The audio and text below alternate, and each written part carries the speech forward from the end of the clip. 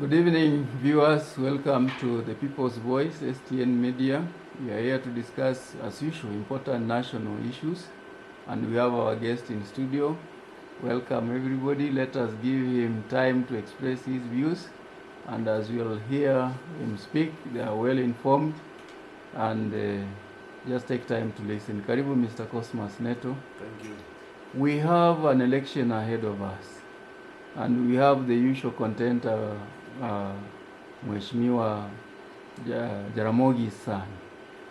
We are worried because every time he has been in this business, there have been chaos, demonstrations, loss of life.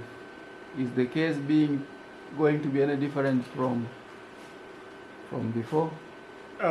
Thank you, Mr. Bisai. I would like to assure Kenyans that if anything is going to be out of the normal, the demonstrations in this country are going to be more intensified, they are going to be more pronounced. We will organize more sit-ins, we will block roads, we will paralyze business in this country until justice is served or is seen to be served. And you think justice is the victory of Raila Amolo Odinga? Justice is not about Raila Amolo Odinga. It's about the rights of people who voted for him, because these people have their own rights during the ballot.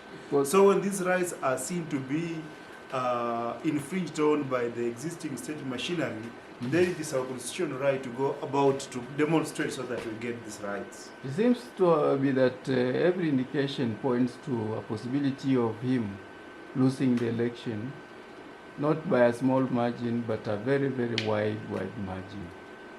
And being a sore loser who refuses to accept another man's victory, we tend to be in a state where he's going to take us back. Can we just believe there will be something that he'll do that is not like as usual? Raila Odinga has never lost election in this country with a wide margin, because in 2007 the margin was very narrow.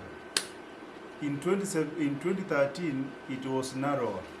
In 2017, in fact, the Electoral Commission is not aware of who won, because the margin was very narrow. So let us not dwell on the margin, but let us dwell with the merit in terms of fairness and democratic process in this country. There is going to be a fair election this time for him because he's presiding over the state machinery. State machineries don't vote and decide elections in this country. It is people who vote and decide. And people go to the street to demonstrate based on their feelings that they had the majority during the election period, but their victory is taken away by the electoral body that doesn't respect the rights of Kenyans as citizens while voting. Thank you for coming to our studio. Let us meet again in the next